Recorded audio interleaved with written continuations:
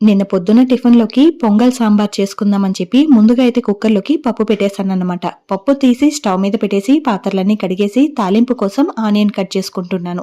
సాంబార్ కూడా అయ్యొచ్చేసిందన్నమాట. ఆ తర్వాత పొంగల్ పెట్టేశాను. పొద్దున్నే చీర కట్టుకుని రెడీ అయిపోయింది ఏంట్రా అని చూస్తున్నారా? మా ఇంటి కిందకి కొత్తగా కాపురం వచ్చారు. పాలు పొంగిచ్చే కార్యక్రమం ఉంటుంది కదా! అక్కడికి పిలిస్తే ఇలా రెడీ అవ్వాల్సి వచ్చిందన్నమాట. ఇక చీర కట్టుకుంటే చాలు మా పిల్లలు ఎక్కడికి వెళ్తాం మమ్మీ? ఎక్కడికి వెళ్తాం మమ్మీ? ఎందుకు చీర కట్టుకున్నావు? అని అడిగి సంపూ తింటారనమాట. మా ఇంట్లోనే ఇంతేనా? మీ ఇంట్లో కూడా ఇలా అడుగుతారా? ఎప్పుడు నైటీలు డ్రెస్సులలో చూసి వాళ్ళకి కూడా ఆశ్చర్యం. చీర కడితే ఎక్కడికో వెళ్ళిపోతుంది మమ్మీ అని భయం వాళ్ళకి. ఇక మధ్యాహ్నంకైతే బువ్వేం చేయలేదు. మా ఆయన బిర్యానీ తీసుకుని వచ్చి ఇచ్చేసారనమాట.